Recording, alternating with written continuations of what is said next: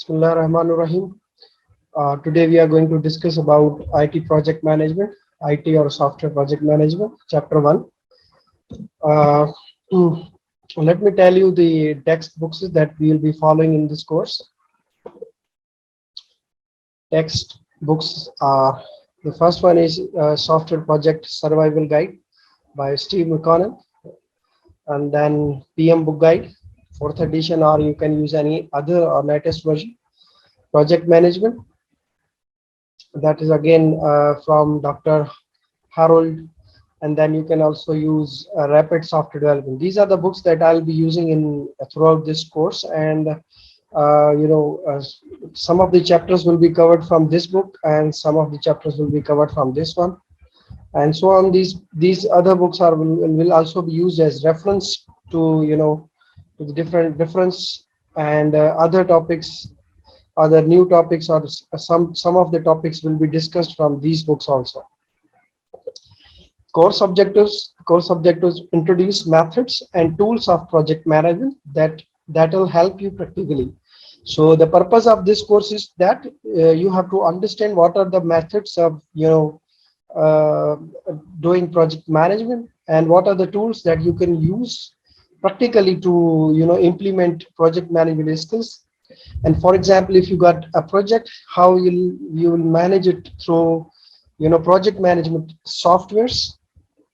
So basically, this is the course objective, to learn those methods and tools that will help you to manage projects. Uh, we will use Facebook to communicate to I will be sharing announcements, I'll be sharing assignments and other things on your Facebook. We will also discuss about our classes, times, schedules on the Facebook, and all the presentations and materials will be available on your Facebook group as well as on the LMS of the university within the 24 hours after the lecture.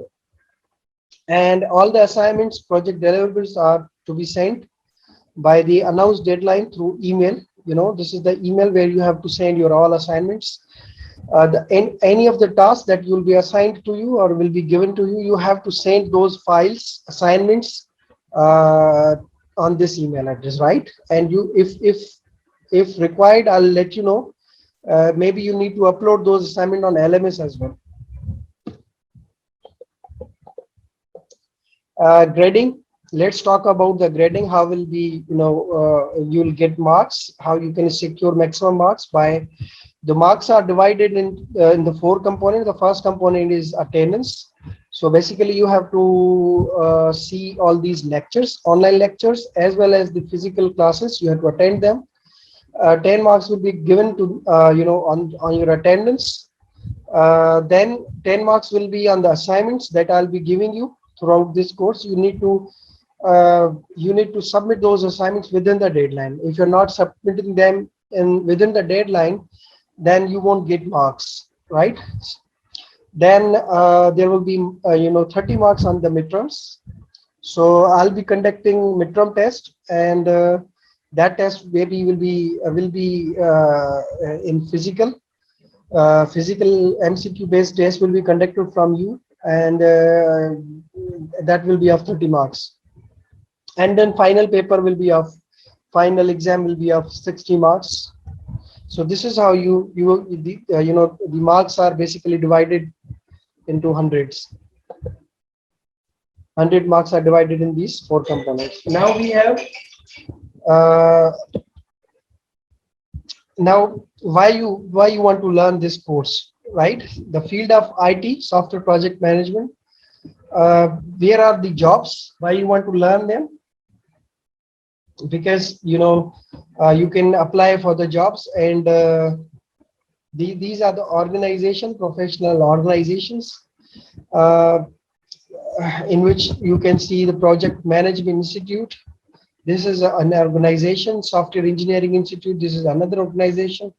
IEEE Software Engineering Group, this is another organization. These are the professional organizations which basically require project management experts, or they also certify the project managers. Once you are certified from these institutes or any of these institute, you can call yourself as certified project manager, and you can be hired in certain organizations. In some organization where your job, title will be as a project manager. So in every company, you can see project management is required. Whenever there is a production company or a software company or any company, there are project management jobs, because different projects are going on in the organizations, and to manage them efficiently, you need to have a project manager who is going to handle those projects, and he'll try to deliver those projects on time within budgets, right? So what are the certifications that you can do for this course? PMP is a project management professional certification. This is, if you get this certification, you can be appointed as a project manager at a project management level. Again, CAP, CA, PM, another project management certification, Prince 2, Comp TA, Project Plus. This is the book that you can use to prepare yourself for project management certification. The name of the book is PM Book Guide. This is very useful book. If you want to, want to become a project manager, you can use this book to get ready for the test, or you can get ready yourself for the project management certification. This is the tool, MS Project, Microsoft Project, that will be used throughout this course to tell you, to make you understand how to create a project in this tool, and how to create its milestones, and then how to complete a project, how to manage certain resources of assigned to that project, how to manage, how to balance those resources, how to divide those resources among various projects. So this software, I'll tell you how to use it. So now let's start from the term management. What is management? Management is getting activities completed efficiently and effectively throughout available resources. That if you want to complete, if you want to do some activities, you want to complete certain activities efficiently and effectively through the available resources, whatever the resources are available. First of all, you have to see those resources, and then the management is how you use those resources efficiently and effectively to complete the activities that are assigned to you. That is known as management, And then efficiency is, what is efficiency? Efficiency is doing things right? So it is about the minimize cost. So basically, you want to do something, you can do it things in different ways. There are multiple ways of doing something, but you will choose a way in which you can invest minimum or very low cost. So by minimizing cost of doing something in the right way is called efficiency, and effectiveness is doing the right things, and goal is to attainment. So that is, you have to achieve the goal. Whatever the goal is assigned to you, you have to complete that goal by doing right activities, by not making mistakes, not doing things in wrong way. You have to do certain things in the right way, and by doing those things in the minimum cost, right? So आपने करना ये है कि चीजें तो करनी है, आपने टास्क भी पूरे करने हैं, लेकिन उन टास्क को करने के लिए कम से कम कॉस्ट आपकी कंज्यूम हो, ठीक है, और उसमें आप कोशिश ये करते हैं कि चीजों को सही करने की कोशिश करते हैं, कि जो भी काम कर रहे हैं वो राइट डायरेक्शन में है, जो भी एक्टिविटीज कंप्लीट करनी है उसके लिए जो प्रोसीजर फॉलो कर रहे हैं, that procedure must be correct, और उसको कम से कम खर्चे के अंदर करने की कोशिश करने को आप मैनेजमेंट करते हैं, ठीक है। सो मैनेजमेंट क्या है? Management is doing something in the correct way, in the right direction, by investing or by consuming low cost or minimum, you can reduce certain cost of doing something. तो management इस चीज को कहते हैं. Now for example, management management is divided into 4 functions. Management आप कहते हैं इन 4 functions को. So the first function of the management is planning, second is organizing, third is leading, and then fourth is controlling. So what is planning? Planning is whatever the task is assigned to you, you need to do, you need to make plan first, right? So the planning is, if planning is appropriate, if planning is proper, then there are certain chances, there are strong chances that you will do that particular task within the time and within the budget. तो किसी भी चीज को करने से पहले उसकी planning करना आपको जरूरी है कि आप उसकी प्लानिंग प्रॉपर तरीके से करें. And once the planning is done, then you need to organize those resources, how to arrange those resources, how to do that particular task, how to complete, how to follow the plan. जो भी planning की है उस plan को कैसे follow करना है, हमारे पास रिसोर्सेज कौन से मौजूद है और उनको किस तरह से यूटिलाइज करना है ताकि प्लानिंग के थ्रू पर्टिकुलर टास्क को कंप्लीट किया जा सके. And then you need to lead, lead from the front. So as a project manager, you have to lead, you have to take certain, whatever the activity is being performed, whatever the task is being performed, you need to lead that particular task. तो आपने अपनी team को lead करना है, उनको सही तरीके से लेकर चलना है, रिसोर्सेज को मैनेज करना है, कॉन्फ्लिक्ट्स को रिजॉल्व करना है और लीडिंग फ्रॉम द फ्रंट. अगर कोई प्रॉब्लम आती है तो उनको आप पहले सॉल्व करने की कोशिश करेंगे, उनको हैंडल करेंगे, ठीक है, ताकि प्रॉपर तरीके से प्रोजेक्ट को टाइम पे पूरा किया जा सके. So once these things are done, then you the final thing is controlling. Finally ये आपने प्लानिंग के ऊपर आपने चलना है और कंट्रोल करना है कि आप अपने प्लान से हटे नहीं. So whatever you are doing, whatever task are being done, you need to perform in certain way, you have to control them कि आप अपनी बजट से भी आउट ना हो. So the whatever the budget is, you have to follow that budget constraint, as well as you need to follow कि आपने उसके time constraint को भी meet करना है, ठीक है. So you need to follow the project planning, you have to control the project so that you're not beyond the boundaries of financial constraint as well as time constraint. You have to be within the limits of the time as well as financial constraints ताकि आप अपना project management कर सके. Project functions ये है.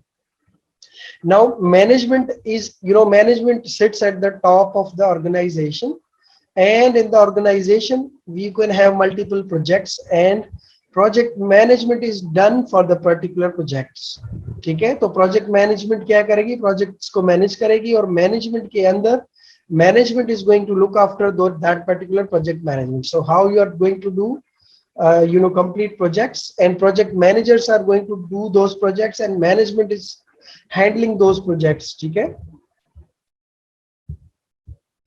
Now project management क्या चीज है? Project management is, first of all let me tell you what is project. So project is a temporary endeavor undertaken to create a unique product, service or result. So project एक temporary कोई काम है, ठीक है, जो हम use लेते हैं या करते हैं ताकि कोई यूनिक प्रोडक्ट या सर्विस को बना सके या यूनिक प्रोडक्ट और रिजल्ट को अचीव करने की कोशिश करने को आप प्रोजेक्ट कहते हैं. तो कोई भी प्रोजेक्ट परमानेंट नहीं होता, याद रखें. किसी भी कंपनी के अंदर projects are temporary. Whenever you create projects will be temporary. Projects थोड़ी देर के लिए हम लेते हैं, अंडरटेक करते हैं, वो 1 महीने के लिए, 2 महीने के लिए, 6 महीने के लिए, साल के लिए प्रोजेक्ट होता है. जब वो प्रोजेक्ट पूरा हो जाता है, कंप्लीट हो जाता है, तो उस टीम को फिर अगेन किसी और प्रोजेक्ट के ऊपर लगा देते हैं. So therefore you call it as project is a temporary endeavour. And project management क्या चीज है? उस पर्टिकुलर प्रोजेक्ट को मैनेज करने के लिए जो टीम है, जो ऑर्गेनाइजर है, जो प्रोजेक्ट मैनेजर है, वो उसकी प्रोजेक्ट मैनेजमेंट करता है. प्रोजेक्ट मैनेजमेंट किस चीज को प्रोजेक्ट कहते हैं? प्रोजेक्ट आप कह सकते हैं कोई नई सर्विस हो, कोई नया प्रोडक्ट बना रहे हैं, उसको आप सर्विस को, नए प्रोडक्ट को आप प्रोजेक्ट कह सकते हो. Effecting a change in structure, staffing और स्टाइल ऑफ ऑर्गेनाइजेशन। प्रोजेक्ट आप इस चीज को भी कह सकते हैं कि कोई ऑर्गेनाइजेशन है, उसके स्ट्रक्चर को चेंज करना है, उसके स्टाइल को चेंज करना है, ऑर्गेनाइजेशन के स्ट्रक्चर को चेंज करना है, इसको भी प्रोजेक्ट कह सकते हैं। ठीक है, एज अ प्रोजेक्ट हम किसी कंपनी को असाइन कर सकते हैं, एक टीम को असाइन कर सकते हैं, उसका काम ये होगा कि उस ऑर्गेनाइजेशन के स्ट्रक्चर को वो चेंज करें, right? So a project can also be developing or acquiring a new project, new or modified information system. So for example, if अगर आपका कोई business है, उसमें you need to develop certain new projects, तो आप चाहें तो उनको नए प्रोजेक्ट्स बना के दे सकते हैं, या फिर उनके किसी करंट प्रोजेक्ट को मॉडिफाई करना हो, उसमें कोई नया फीचर डालना हो।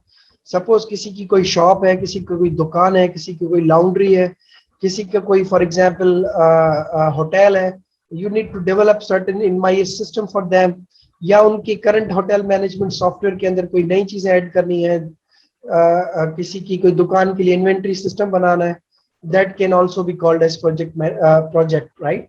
Similarly, constructing a building or infrastructure, that is also a project. किसी बिल्डिंग को बना रहे हैं, कोई पुल बन रहा है, कोई इंफ्रास्ट्रक्चर बन रहा है, that is also called project.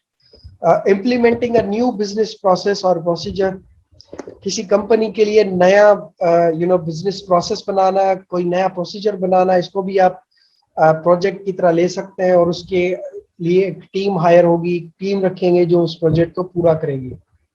So basically project is anything which is temporary, you take it as a challenge, you do it with your team, you do it within the budget, you do it within the time frame, and that is known as a project. और उस project को करने के लिए you need a project manager. Project management is a skill to do that particular thing. So what is project management?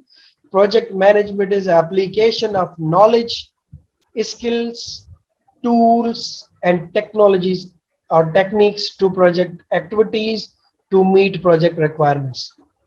तो project management क्या चीज है कि आपकी जो नॉलेज है, ठीक है, आपके जो स्किल्स हैं, आपके वो टूल्स, वो टेक्निक्स जो प्रोजेक्ट की एक्टिविटीज को कंप्लीट करने में, प्रोजेक्ट की रिक्वायरमेंट्स को पूरा करने में काम आएंगी, ये आपके प्रोजेक्ट मैनेजमेंट के अंदर आ जाती है। ठीक है, तो अगर सपोज आप एज अ प्रोजेक्ट मैनेजर काम कर रहे हैं, तो आपकी जो नॉलेज है, आपके जो स्किल्स है, आप जो टूल्स यूज कर रहे हो, जो एक्टिविटीज, जो टेक्निक्स यूज कर रहे हो, वो यूज होंगी किसी पर्टिकुलर एक्टिविटी को पूरा करने में, पर्टिकुलर यूजर की रिक्वायरमेंट्स को पूरा करने में, ताकि वो प्रोजेक्ट कंप्लीट हो सके with in the time, with in the budgets. ठीक है, सो प्रोजेक्ट मैनेजमेंट के अंदर ये सारे स्किल्स, नॉलेज, टूल्स, टेक्निक्स आ जाती हैं, जो कि आपको टाइम के साथ आपके अंदर आती हैं, और फिर आप प्रोजेक्ट मैनेजमेंट लेवल पे चले जाते हैं। Now managing project includes, management किस चीज को कह रहा हूं, ठीक है, managing project includes identifying requirements का पता लगाना कि हमने करना क्या है, what are the requirements. Suppose एक लाइब्रेरी सिस्टम बना रहे हैं, तो सबसे पहले आपने लाइब्रेरी के अंदर जाना है, या स्टेक होल्डर के पास जाना है कि भाई ये लाइब्रेरी के अंदर क्या चीजें होंगी, यूजर्स कौन से हैं, आपके लेजर्स कौन से हैं, बुक्स कौन से रखने हैं, बुक्स के टाइप्स क्या है, डिफरेंट टाइप ऑफ उसकी रिक्वायरमेंट सारी कलेक्ट करनी है, ताकि आप उसकी सारी रिक्वायरमेंट्स अपने पास लिख लें। उसके बाद आप अपने प्रोजेक्ट की एनालिसिस या डिजाइन करेंगे। ठीक है, then second phase is addressing the various needs, concerns and expectations of stakeholders as the project is planned and carried out. So basically, what you need to do is you need to identify the needs and concerns and expectations of stakeholders. तो आपने ये देखना है कि आपकी जरूरतें क्या है, ठीक है, जो यूजर है उसके कंसर्न्स क्या चीजें, यूजर को चाहिए क्या।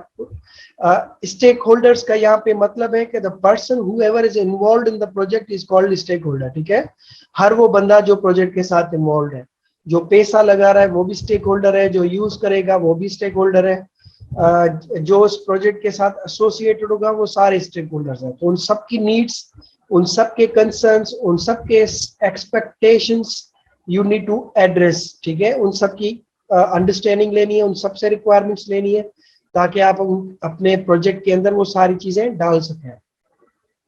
Balancing the competing projects constraint including scope, quantity, sorry quality, schedule, budget, resources, risks. So आपने जो करंट प्रोजेक्ट चल रहे हैं आपकी कंपनी के अंदर, जो दूसरे प्रोजेक्ट ऑलरेडी आप जिन पे काम कर रहे हो, या दूसरे प्रोजेक्ट जो आपकी कंपनी में ऑलरेडी हो रहे हैं, उनके साथ नया प्रोजेक्ट करना, उनके कंस्ट्रेंट्स को देखना कि वो प्रोजेक्ट कब पूरे करने हैं, उनकी डेडलाइंस क्या है, उनके अंदर कौन से टीम मेंबर्स काम करते हैं, जो टीम मेंबर हमें इधर भी चाहिए, उनका स्कोप क्या है और आपका प्रोजेक्ट का स्कोप क्या चीज है। ठीक है, क्वालिटी क्या होनी चाहिए प्रोडक्ट की, उनकी क्वालिटी कैसी है जो करंट प्रोडक्ट्स हैं, उनसे बेहतर कैसे बनाना है इस प्रोजेक्ट को, या फिर जो करंट प्रोडक्ट है उसकी मार्केट में जो प्रोडक्ट है उनके साथ क्वालिटी को कैसे कंपेयर करना है। शेड्यूल क्या होना चाहिए, यानी कि कितने टाइम में पूरा करना है। ठीक है, क्वालिटी, बजट, उसकी कितने पैसों में इसको बनाना है, रिसोर्सेज कौन से मौजूद है और कौन से रिसोर्सेज अभी हमें चाहिए होंगे, और कौन से रिस्क एसोसिएटेड हैं जो हमें आ सकते हैं इस प्रोजेक्ट पूरा करने में। नाउ हम आते हैं प्रोजेक्ट के अंदर, किसी कंपनी के अंदर प्रोग्राम किस चीज को कहते हैं। तो प्रोग्राम किसी कंपनी के अंदर हम कहते हैं, एक program is a defined as a group of related projects. ठीक है, प्रोग्राम हम कहते हैं कि जिसके अंदर मल्टीपल प्रोजेक्ट्स होते हैं, जब वो प्रोजेक्ट्स पूरे होते हैं तो फिर एक प्रोग्राम कंप्लीट होता है और वो प्रोग्राम अपना सर्टेन टास्क पूरा करता है। ये प्रोग्राम वो प्रोग्रामिंग वाला प्रोग्राम नहीं है। This is a program of doing certain things. To complete that program you need to execute certain projects. ठीक है, मल्टीपल प्रोजेक्ट्स चलाते तो फिर एक प्रोजेक्ट प्रोग्राम कंप्लीट होता है। जैसे कि वो प्रोजेक्ट्स कोऑर्डिनेटेड वे में चलते हैं। ठीक है, और ये कहता है कि group of related projects managed in a coordinated way to obtain benefits and control not available from managing them individually. यानी कि अकेले प्रोजेक्ट्स अगर करेंगे तो प्रोग्राम नहीं चलेगा, लेकिन अगर वो मल्टीपल प्रोजेक्ट्स एक साथ चलेंगे और उनको मैनेज करते हुए चलेंगे, कंट्रोल करते हुए चलेंगे, तो प्रोग्राम एक पूरा रन हो सकेगा हमारा। जैसे कि हमारी यूनिवर्सिटी के अंदर हम अगर एग्जाम्पल लें कि हमें सॉफ्टवेयर इंजीनियरिंग का प्रोग्राम चलाना है जिसमें स्टूडेंट्स को सॉफ्टवेयर इंजीनियरिंग की डिग्री देनी है, तो उसके लिए बहुत सारे प्रोजेक्ट्स रन करने पड़ते हैं पीछे। जैसे कि एडमिशन का प्रोजेक्ट चलाना पड़ेगा, एग्जामिनेशन का प्रोजेक्ट चलाना पड़ेगा। ठीक है, इसी तरह से फाइनेंस का प्रोजेक्ट चलाना पड़ेगा, टीचर्स के लिए अलग से प्रोग्राम्स होंगे। वो सारे प्रोग्राम्स जब रन होंगे तो फिर एक कंप्लीट सॉफ्टवेयर इंजीनियरिंग का प्रोग्राम रन होगा। ठीक है, तो मल्टीपल प्रोजेक्ट्स जब रन होते हैं, जब मल्टीपल प्रोजेक्ट काम करते हैं तो फिर एक प्रोग्राम रन होता है। सिमिलरली अगर एक कंपनी के अंदर कोई प्रोग्राम रन हो रहा होगा तो उसके लिए मल्टीपल प्रोजेक्ट्स रन हो रहे होंगे। फाइनेंस का अलग से प्रोजेक्ट रन होता होगा, प्रोडक्शन का अलग रन होता होगा, एचआर का अलग रन होता होगा। वो सारे एक दूसरे के साथ कोऑर्डिनेटेड वे में चलते होंगे तो फिर एक कंप्लीट प्रोग्राम रन होता होगा। वो प्रोग्राम फिर आपकी कंपनी के लिए कोई ना कोई काम करता होगा। जिसके एग्जाम्पल्स हैं, जैसे कहता है university building an online registration system for all departments. ठीक है, सपोज करें कि एक ऑनलाइन रजिस्ट्रेशन सिस्टम बनाना है, एक पूरा प्रोग्राम बनाना है जो सारे कंप्लीट यूनिवर्सिटी के अंदर एडमिशन या रजिस्ट्रेशन सिस्टम चलाएगा। तो भाई इस चीज को चलाने के लिए आपको मल्टीपल प्रोग्राम्स या मल्टीपल प्रोजेक्ट्स करने होंगे, तो फिर ये आपका पूरी यूनिवर्सिटी का एक प्रोग्राम रन होगा। Similarly company decides to automate its various functions. जैसे कि यूनिवर्सिटी चाहती है कि हम ऑटोमेट हो जाए, यानी कि उसका एडमिशन भी ऑटोमेटिक हो जाए, फाइनेंस भी ऑटोमेटिक हो जाए। ठीक है, उसका एचआर भी ऑटोमेटिक हो जाए, बहुत सारी चीजें जो मैनुअल कर रहे हैं वो सब ऑटोमेटिक हो जाए, तो एक प्रोग्राम रन होगा। तो प्रोग्राम को चलाने के लिए उसको अपने तकरीबन प्रोजेक्ट्स को एक साथ चलाना होगा। जब वो प्रोजेक्ट सारे एक साथ चलेंगे तो फिर आपका प्रोग्राम रन हो सकेगा। सो प्रोग्राम को अगर मैं आपको सिंपल वर्ड्स में बताऊं तो एक हाई लेवल की एक्टिविटी है। उस हाई लेवल एक्टिविटी के अंदर आप छोटे छोटे प्रोजेक्ट्स रन करते हैं तो फिर वो प्रोग्राम रन हो सकता है। अच्छा, अब पोर्टफोलियो क्या चीज है? पोर्टफोलियो किसी कंपनी के लिए कहते हैं उसको कि जिसके अंदर मल्टीपल प्रोग्राम्स रन होते हैं। ठीक है, अगर मैं इसकी बिग पिक्चर आपको समझाऊं तो सबसे ऊपर क्या चीज है? सबसे ऊपर पोर्टफोलियो है। पोर्टफोलियो के अंदर मल्टीपल प्रोग्राम्स हैं और मल्टीपल प्रोग्राम्स के अंदर मल्टीपल प्रोजेक्ट्स हैं। तो यानी कि प्रोजेक्ट छोटे छोटे से होते हैं, उनके ऊपर बड़े प्रोग्राम्स होते हैं और प्रोग्राम्स के ऊपर बड़े बड़े पोर्टफोलियोज होते हैं। ठीक है, तो portfolio refers to a collection of projects और प्रोग्राम्स और other work that are grouped together to facilitate effective management of that work to meet strategic business objectives. तो किसी कंपनी के पोर्टफोलियो को अगर हम करें तो किसी कंपनी के सर्टेन ऑब्जेक्टिव को अचीव करने के लिए, कंपनी के ऑब्जेक्टिव्स जो है ना बड़े बड़े होते हैं, ठीक है, कंपनी के जो मेन ऑब्जेक्टिव्स होते हैं या कंपनी के जो विजन होता है उसको पूरा करने के लिए पोर्टफोलियो के अंदर multiple programs, multiple projects run होते हैं और दूसरे भी काम होते हैं ताकि उसका पोर्टफोलियो मीट हो सके और फिर ऑब्जेक्टिव, सर्टेन ऑब्जेक्टिव्स पूरे हो सके। जैसे माइक्रोसॉफ्ट का अगर हम एग्जांपल लें तो माइक्रोसॉफ्ट का जो भी ऑब्जेक्टिव्स हैं उनको मीट करने के लिए उनके अंदर पोर्टफोलियोज रन होते हैं, पोर्टफोलियोज के अंदर मल्टीपल प्रोग्राम्स रन होते हैं, मल्टीपल प्रोग्राम्स के अंदर मल्टीपल प्रोजेक्ट्स रन होते हैं। तो सपोज वो कवर करते हैं प्रोजेक्ट मैनेजमेंट साइड को भी, वो कवर करते हैं विंडोज साइड को भी जिसमें ऑपरेटिंग सिस्टम्स बनाते हैं, वो कवर करते हैं लैंग्वेजेस को भी, यानी कि .NET और ये प्रोग्राम्स भी उनके हैं, उनके अंदर वो मल्टीपल प्रोजेक्ट्स रन करते हैं। सिमिलरली उनके बहुत सारे उनके छोटे छोटे से प्रोजेक्ट्स हैं जो प्रोग्राम्स के अंदर हैं और प्रोग्राम्स मिलकर पोर्टफोलियोज हैं, पोर्टफोलियो कंपनी के अंदर बनाए जाते हैं कि उनके ऑब्जेक्टिव्स को या विजन को या बड़ी लेवल के स्ट्रेटेजिक ऑब्जेक्टिव्स जो है उनको अचीव करें ताकि कंपनी उसमें से अर्न कर सके, कंपनी के लॉन्ग टर्म ऑब्जेक्टिव्स को मीट कर सके। जैसे एग्जांपल है कि an organization which wishes to develop upon and its online presence by launching various marketing and sales initiatives. Suppose करें पोर्टफोलियो हम इसको कह सकते हैं कि कंपनी है उसके अंदर जो है वो फिजिकल काम तो कर रही है, यानी कि उसके प्रोडक्ट्स फिजिकल तो सेल हो रहे हैं, अब वो चाहती है कि उसके प्रोडक्ट्स जो है ना उनकी ऑनलाइन पब्लिसिटी भी हो, मार्केटिंग भी हो और वो उनको ऑनलाइन सेल भी कर सके। तो उसको एक पोर्टफोलियो डिजाइन करना होगा, उसके अंदर मल्टीपल प्रोग्राम्स डिजाइन करने होंगे और फिर वो प्रोजेक्ट्स छोटे छोटे डेवलप करेंगे ताकि उनके अंदर कंपनी के जो प्रोजेक्ट्स हैं या जो प्रोडक्ट्स हैं वो ऑनलाइन सेल भी हो सके, उनकी उनकी मार्केटिंग भी हो सके, फिर उनकी ऑनलाइन बिजनेस भी हो सके। तो ये पूरा एक पोर्टफोलियो के अंदर आ जाएगा।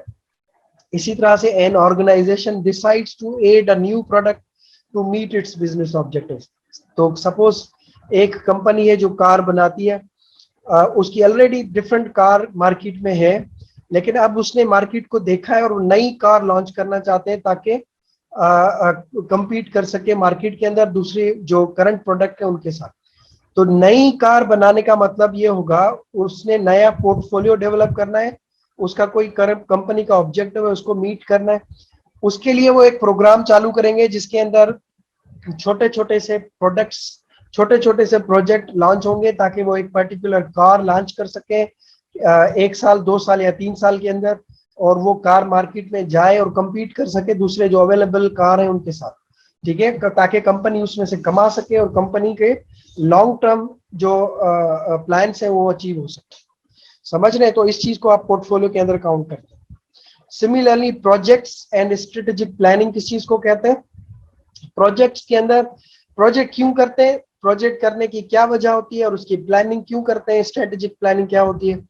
तो प्रोजेक्ट करने का रीजन ये होता है कि आपकी मार्केट के अंदर डिमांड है तो आप प्रोजेक्ट कर रहे हो। सपोज कोई कंपनी नई कार क्यों लॉन्च करेगी, नई कार वो इसलिए लॉन्च कर सकती है, हो सकता है कि मार्केट में डिमांड है, ठीक है, तो वो कार लॉन्च कर रहे हैं, या फिर प्रोजेक्ट के अंदर एनहांसमेंट कर रहे हैं क्योंकि उनकी प्रोडक्ट की डिमांड ज्यादा है तो वो अपने प्रोडक्ट को और अच्छा बनाना चाहते हैं, तो इसलिए वो नया प्रोजेक्ट लॉन्च करेंगे ताकि उनकी जो कार है उसके अंदर नए फीचर्स हो। सही है? या फिर स्ट्रेटेजिक अपॉर्चुनिटी भी हो सकती है, बिजनेस नीड भी हो सकती है।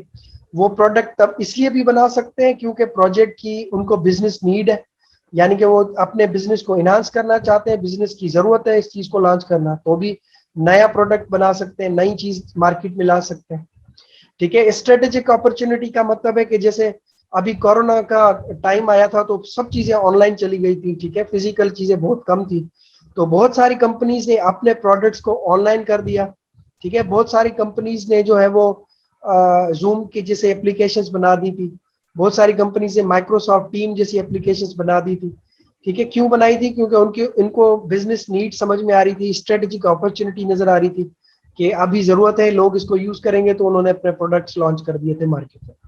तो इसको देखते हुए भी प्रोजेक्ट्स बनाए जाते हैं, ठीक है। कस्टमर रिक्वेस्ट, या फिर कस्टमर को चाहिए वो प्रोडक्ट, तो कस्टमर आपको रिक्वायरमेंट दे रहा है, रिक्वेस्ट कर रहा है, तो आप वो बना के दे रहे हो, ये भी हो सकता है। इसलिए भी प्रोजेक्ट्स बनते हैं। प्रोजेक्ट इसलिए भी बनते हैं कि टेक्नोलॉजी की एडवांसमेंट हो जाती है। सपोज प्रोजेक्ट जावा में आपका बना हुआ था या डॉट नेट में बना हुआ था, अब कोई नई टेक्नोलॉजी आ चुकी है जो जरूरत है आपके बिजनेस के लिए, तो टेक्नोलॉजिकल एडवांसमेंट के लिए आपको वो बनाना पड़ रहा है, ठीक है। या आपकी पहले वेबसाइट थी, अब मोबाइल के ऊपर आपको ऐप भी चाहिए, तो ये टेक्नोलॉजिकल एडवांसमेंट में आ जाएगा कि आपको ऐप बनवानी है, तो उसके लिए आपको सिस्टम चेंज करना पड़ेगा, आपको पीछे का आर्किटेक्चर बैकएंड चेंज करना पड़ेगा। तो टेक्नोलॉजिकल एडवांसमेंट के लिए आपने नया प्रोजेक्ट लॉन्च किया है जो कि ये चीज करके दे रहा है आपको। Similarly, legal requirements, legal requirements and other factor that company की requirements हैं legally, आपको मार्केट में प्रोडक्ट लॉन्च करने के लिए आपको नया प्रोजेक्ट लॉन्च करना पड़ रहा है कि आप compete भी कर सकें और लीगली आप अपने प्रोजेक्ट को लॉन्च भी कर सकें, ठीक है। समटाइम्स ऐसा भी होता है कि गवर्नमेंट की पॉलिसीज चेंज होने की वजह से आपके ऊपर लीगल रिक्वायरमेंट्स आ जाती हैं कि भाई आपको ये चीज करनी पड़ेगी, वरना आपकी कंपनी बंद हो जाएगी या आपका प्रोडक्ट बैन हो जाएगा, तो आपको वो चीज करनी पड़ जाती है, मजबूरी होती है आपकी, तो फिर आप प्रोजेक्ट लॉन्च करते नया। तो these are the reasons that projects are launched, ठीक है। उसके अलावा ये प्रोजेक्ट्स जो बनते हैं ना, बड़ी बड़ी जो कंपनीज हैं, जो ऑफिसेज हैं, ऑर्गेनाइजेशन है, उसके अंदर ये ऑफिस मौजूद होता है, ठीक है, जिसका नाम है प्रोजेक्ट मैनेजमेंट ऑफिस, पीएमओ जिसको कहते हैं। प्रोजेक्ट मैनेजमेंट ऑफिस का क्या काम होता है कि ये an organizational body assigned various responsibilities related to centralized and coordinated management of projects under its domain।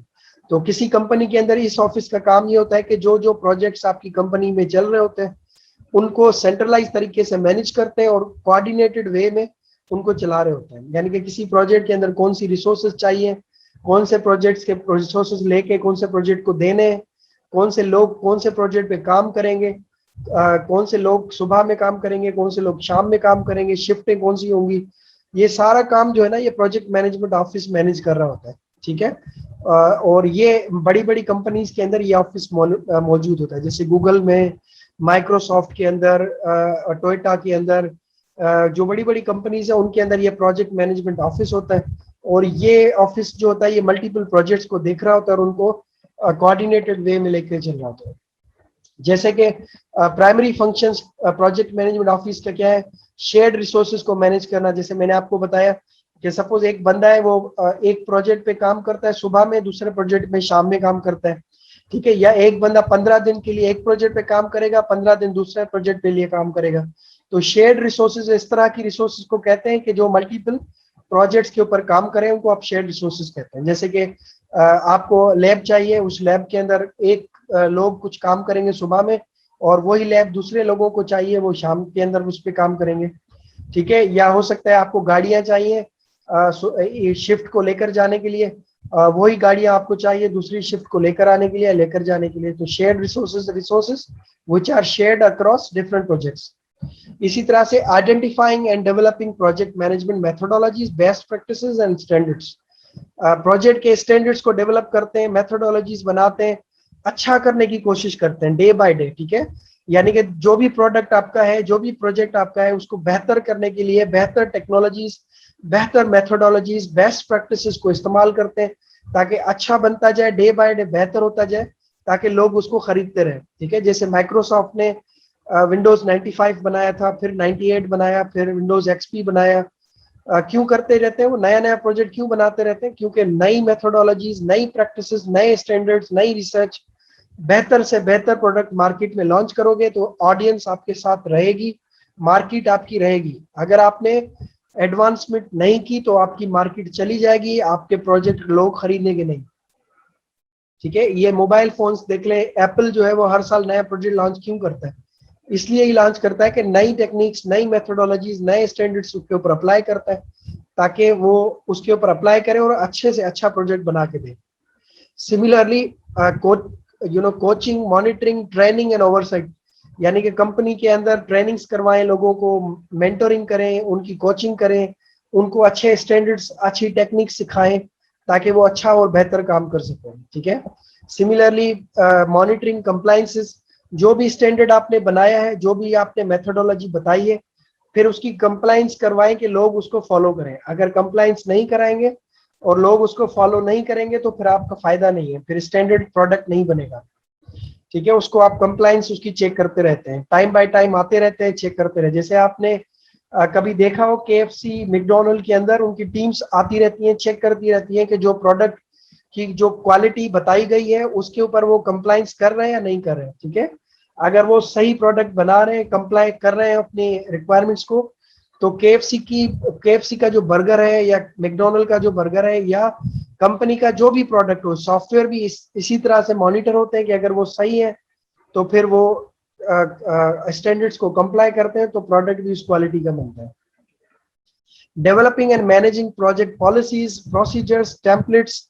आप अपनी कंपनी के टेम्पलेट्स बनाते हैं, उसकी पॉलिसीज बनाते हैं, उसके प्रोसीजर्स बनाते हैं, लोगों को फोर्स करते हैं कि आपको ये रूल्स रेगुलेशंस फॉलो करना है। जैसे कि आर्मी के अंदर आप देखें, आर्मी में जो भी बंदा जाता है उनको वेल ड्रेस होना पड़ता है, उनके बाल कटवाने पड़ते हैं, उनको टाइम पे आना पड़ता है, ट्रेनिंग पे जाना पड़ता है, लाजमी होता है, क्योंकि उनको अपनी एक पर्टिकुलर स्टैंडर्ड को फॉलो करके लेकर चलना पड़ता है।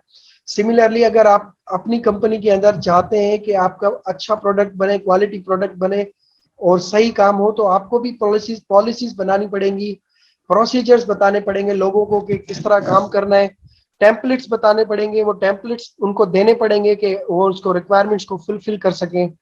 ठीक है, उसके बाद कोऑर्डिनेट करना पड़ेगा, टीम कोऑर्डिनेशन करनी पड़ेगी, कम्युनिकेशन अक्रॉस प्रोजेक्ट्स के अंदर। समटाइम ऐसा भी होता है कि प्रोजेक्ट ए पूरा होगा तो फिर प्रोजेक्ट बी उसको कंप्लीट कर सकेंगे, अगर प्रोजेक्ट ए पूरा नहीं होगा तो प्रोजेक्ट बी नहीं हो सकेगा। ठीक है, समटाइम ऐसा भी होता है प्रोजेक्ट ए अपना काम पूरा करेगा तो प्रोजेक्ट बी अपना काम पूरा कर सकेगा, दोनों जब काम पूरा करेंगे तो प्रोजेक्ट सी अपना काम कर सकेगा। तो ये जो कोऑर्डिनेशन है ना, ये भी प्रोजेक्ट मैनेजमेंट ऑफिस का काम होता है कि वो देखता रहे कि कौन सा प्रोजेक्ट हो गया है और कौन सा अभी रहता है। जैसे सपोज करें कोई कंपनी कार बनाती है, तो अगर उसको कार डिलीवर करनी है टाइम के ऊपर, तो उसके लिए जो टायर है वो उसको टाइम पे चाहिए। ठीक है, उसको इंजन वो टाइम पे चाहिए, उसकी बॉडी उसको टाइम पे चाहिए, कलर उसको टाइम पे चाहिए। अगर ये चीजें टाइम पे जो प्रोजेक्ट्स हैं ये पूरे नहीं होंगे तो वो प्रोजेक्ट टाइम पे नहीं होने की वजह से कार जो है वो टाइम पे डिलीवर नहीं हो सकेगी।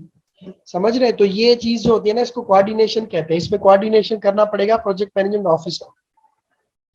अच्छा, अब प्रोजेक्ट और ऑपरेशनल वर्क क्या चीज है? प्रोजेक्ट हम कहते हैं जो टेम्पररी होता है। ठीक है, सपोज एक प्रोजेक्ट आया, वो 12 महीने का है, 6 महीने का है, 3 महीने का है, वो प्रोजेक्ट पूरा हुआ, काम खत्म हुआ, प्रोजेक्ट पूरा हो गया, आगे बढ़ते जाएंगे। लेकिन जो ऑपरेशनल वर्क है ना, ये चलता रहता है, ये पूरा नहीं होता, ये एक काम पूरा होता है। ठीक है, और ये कंप्लीट होता है तो उसको फिर दूसरे प्रोजेक्ट के अंदर दूसरे काम के ऊपर लगा देते हैं। तो जैसे कि operations are ongoing procedures, repetitive product, services, result. तो ऑपरेशंस क्या चीज है? जो कि चलते रहते हैं, खत्म नहीं होते। ठीक है, ऑनगोइंग होते हैं। जैसे कि कोई प्रोडक्ट बनता रहता है, बनता रहता है, बनता रहता है, तो ये ऑनगोइंग काम जो है ना ऑपरेशनल वर्क कहलाएगा। और प्रोजेक्ट, उस ऑपरेशनल वर्क के अंदर नए नए प्रोजेक्ट्स आते रहेंगे, वो पूरे होते रहेंगे और वो खत्म होते जाएंगे। ठीक है, इसी तरह से operations work does not terminate when its current objectives are met, but instead follow new directions to support organizations strategic plans। यानी कि नए नए प्रोजेक्ट्स आते रहेंगे, नए नए कंपनी के आप टारगेट्स मिलते रहेंगे, हम उन टारगेट्स को पूरा करते रहेंगे और काम जो है वो चलता रहेगा। ठीक है, तो ये चीज जो है ऑपरेशनल वर्क ऑपरेशंस को कहते हैं। और प्रोजेक्ट्स क्या चीज है? प्रोजेक्ट्स के अंदर building and extension of your house, अपने घर के अंदर भाई आपने नया फ्लोर बनाना है, एक्सटेंशन बनानी है, ये प्रोजेक्ट हो सकता है। Shelving books in the library, writing a software programs, organizing a large conference, preparing a weekly SPM lecture, ये सारे प्रोजेक्ट्स हैं। ठीक है, यानी कि एक नया लेक्चर बनाना भी एक प्रोजेक्ट है मेरे लिए, मुझे पढ़ना पड़ता है, बहुत सारी चीजें देखनी पड़ती हैं। ठीक है, हर हफ्ते नया लेक्चर तैयार करना पड़ता है, ये मेरे लिए एक छोटा सा प्रोजेक्ट है। इसी तरह से आप अपनी कॉन्फ्रेंस अरेंज करना चाह रहे हो, कोई आप अपनी दोस्तों की कोई जो है ना कंपनी ऑर्गेनाइज करना चाह रहे हो, कोई ट्रीट अरेंज करना चाह रहे हो, कंपनी का कोई फंक्शन अरेंज करना चाह रहे हो, ये छोटे छोटे से प्रोजेक्ट्स होते हैं।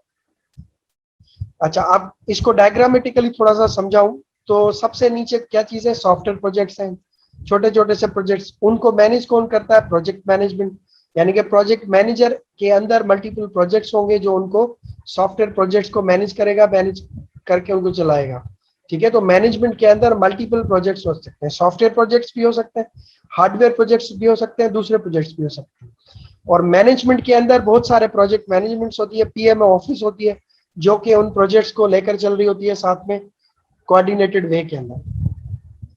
अच्छा, अब आईटी के जो प्रोजेक्ट्स हैं उनमें और दूसरे प्रोजेक्ट्स के अंदर क्या फर्क है। दूसरे प्रोजेक्ट्स के अंदर आपको चीज बनती हुई नजर आती है, ठीक है, जैसे कार बनाने तो कार बनती हुई नजर आएगी, उसकी चैसी बनेगी, उसकी इंजन बनेगी, उसका कलर होगा, उसके टायर बनेंगे, तो जो बनते हुए नजर आएंगे ना, विजिबल होते हैं।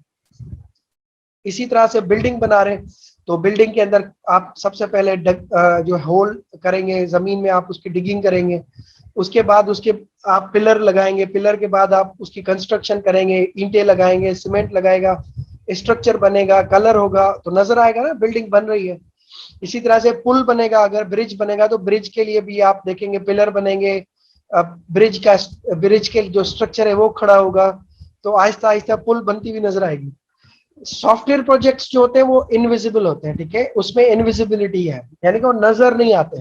प्रोग्रामिंग हो रही है, कंप्लीट हो रही है, आपके बंदे लगे हुए हैं काम के ऊपर, लेकिन कुछ नजर नहीं आ रहा। वो नजर तब आएगा जब सॉफ्टवेयर बन जाएगा और वो एग्जीक्यूट होगा तो फिर नजर आएगा। ठीक है, तो इसलिए इसको हम कहते हैं कि इसके अंदर इनविजिबिलिटी है। दूसरा, दूसरे प्रोजेक्ट्स जो होते हैं वो कॉम्प्लेक्स तो होते हैं, लेकिन सॉफ्टवेयर के प्रोजेक्ट्स जो होते हैं, आईटी के जो प्रोजेक्ट्स होते हैं वो बहुत ज्यादा कॉम्प्लेक्स होते हैं क्योंकि वो नजर नहीं आते। ठीक है, उसके अंदर बहुत सारी ऐसी चीजें होती हैं जो विजिबल नहीं होती है, बग्स नजर नहीं आते, वो तब नजर आएंगे, तब पता लगेंगे जब वो चलेगा। ठीक है, तो इसकी कॉम्प्लेक्सिटी दूसरे प्रोजेक्ट्स के मुकाबले में ज्यादा है। इसके अंदर एनालिटिकल चीजें हैं, मैथमेटिकल चीजें हैं, प्रोग्रामिंग की चीजें, तो बंदा बड़ा स्मार्ट और शार्प होना चाहिए ताकि वो उन चीजों को कंप्लीट करे। फ्लेक्सिबिलिटी, फ्लेक्सिबिलिटी आपको इसके अंदर जो है ना, IT systems are likely to have high degree of change. Flexibility का मतलब दूसरे प्रोजेक्ट्स जो होते हैं ना वो एक बार फाइनल हो जाते हैं तो वो फिर चेंज नहीं होते। जैसे कोई बिल्डिंग बनेगी, आपने नक्शा जो ओनर है उसको दिखाया, उसने ओके कर दिया, अब उसके अंदर जो चेंजेस होंगी वो छोटी मोटी चेंजेस तो करवा सकता है लेकिन स्ट्रक्चर को चेंज नहीं करवा सकता। अब कोई पुल बन रहा है, पुल के अंदर भी यही होगा, ब्रिज के अंदर जो चीज फाइनल हो गई, जो स्ट्रक्चर फाइनल हो गया वही रहेगा, उसके अंदर माइनर चेंजेस हो सकती है, मेजर नहीं होगी। ठीक है, कोई कंपनी का प्रोडक्ट बन रहा है, कार बन रही है, उसके अंदर भी माइनर चेंजेस हो सकती है, मेजर चेंजेस अलाउड नहीं होती है। सॉफ्टवेयर के अंदर भी सेम है, मेजर चेंजेस हम अलाउ नहीं करते लेकिन माइनर बहुत सारी चेंजेस आती रहती हैं। और कस्टमर जब जब प्रोजेक्ट चलता रहता है, अभी वो क्योंकि नजर नहीं आ रहा होता तो बार बार चेंजेस उसके अंदर आती रहती हैं, वो चेंजेस हमारे लिए बड़ा मसला होता है। ठीक है, वो फ्लेक्सिबिलिटी जो होती है ना, though that flexibility is big challenge. So we you need to incorporate, अगर आप प्रोजेक्ट मैनेजर है तो आपको वो चेंजेस जो अलाउड होती है वो कर सकते हो, जो अलाउड नहीं है वो नहीं करते हो। ठीक है, उसके बाद फेल्यूर रेट, सॉफ्टवेयर प्रोजेक्ट्स के फेल्यूर के चांसेस ज्यादा होते हैं बाकी प्रोजेक्ट्स के मुकाबले में, याद रखें। ठीक है, क्योंकि सॉफ्टवेयर जितना बड़ा होगा उतना ज्यादा मुश्किल होगा बनाना और उसके फेल के चांसेस भी उतने ज्यादा होते हैं।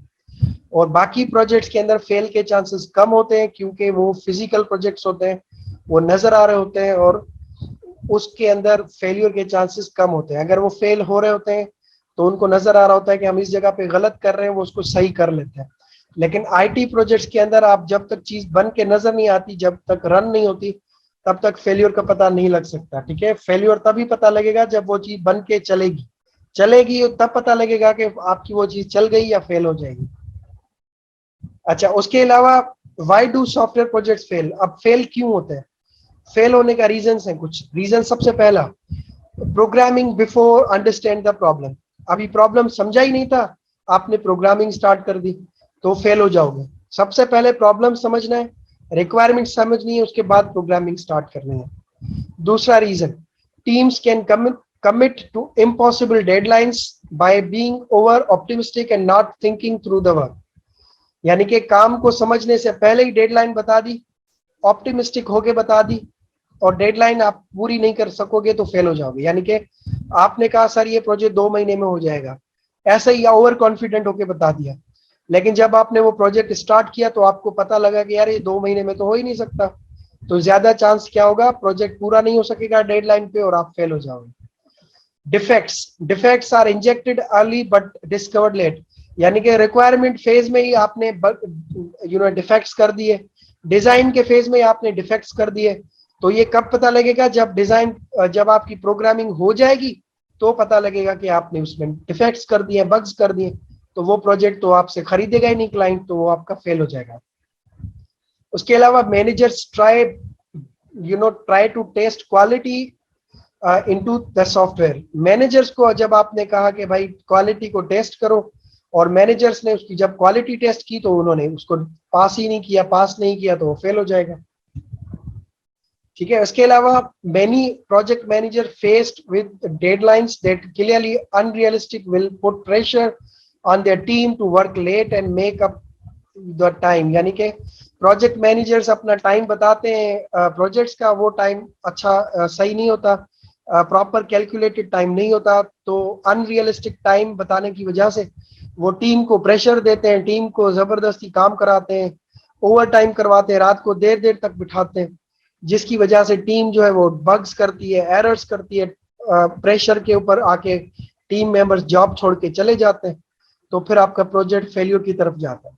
तो प्रोजेक्ट मैनेजर्स जो होते हैं ना, वो बड़े काम के बंदे हैं, उनको चाहिए कि प्रोजेक्ट की जो डेडलाइंस है वो बड़े सोच समझ के बहुत कैलकुलेटेड वे में रियलिस्टिक डेडलाइंस दें, ताकि वो प्रोजेक्ट उस टाइम के अंदर पूरा हो सके। ठीक है, they slightly trim the scope, gut quality task, start eliminating reviews, inspections, pretty much any documentation, just stop updating schedule entirely। यानी कि जब उनके ऊपर प्रेशर आता है ना प्रोजेक्ट मैनेजर के ऊपर, जब टाइम वो देख रहे होते हैं प्रोजेक्ट नहीं हो रहा टाइम पे पूरा, तो वो प्रेशर आता है, प्रेशर में वो क्या करते हैं, स्कोप को खा जाते हैं, क्वालिटी को छोड़ देते हैं, रिव्यू मीटिंग्स नहीं करते, इंस्पेक्शंस छोड़ देते हैं, डॉक्यूमेंटेशन नहीं करते। ठीक है, उसके अलावा शेड्यूल को छोड़ देते हैं।